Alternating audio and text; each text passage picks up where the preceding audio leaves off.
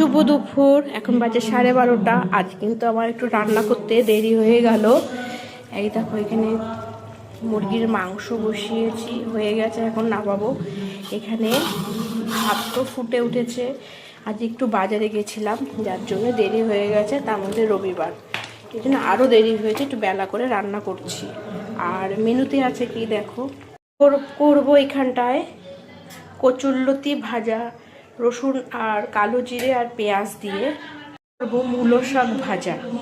এই হচ্ছে আমাদের আজকে মেনু, মূলো শাক ভাজা, কচুরলতি আর এখানে মুরগির মাংস। আর একটা জিনিস হয়েছে, জলপাইয়ের টক দেখাচ্ছি।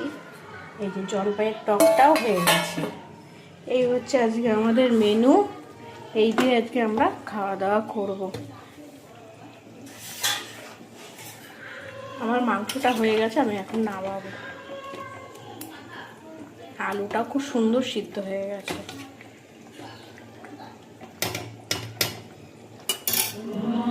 মাংসটা এবার নামিয়ে ফেলি।